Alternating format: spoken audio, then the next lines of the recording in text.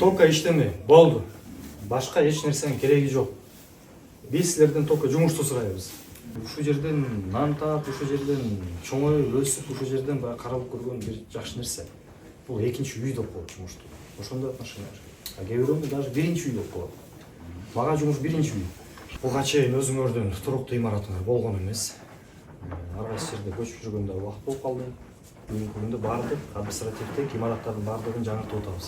Республиканын аймагында ошондой эле архитектура органдарындагы имараттарын толук жаңыртууга аракетибизди көрүп атабыз. Сузакта салынып атат, Нокатта салынып атат, Жалал Абад шаарында салынып атат.